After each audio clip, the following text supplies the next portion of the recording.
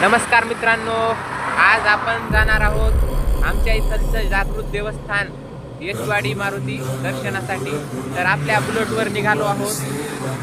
तर तुम्ही बघू शकता आपण निघालो आहोत. परभणीहून हे देवस्थान 25 किलोमीटरच्या अंदाजात 25 किलोमीटर दूर आहे.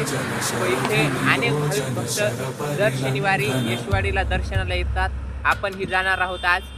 तर माझ्यासोबत दर्शनासाठी तयार आहात ना तुम्ही? केसरी के लाल मेरा छोटा ये काम मेरी राम जी से कहते ना जय. तर आता आपण आलो आहोत पेडगावपर्यंत. पेडगावहून मामाला घ्यायचंय आणि तिथून पुढे आपण आपला पुढचा प्रवास सुरू करू.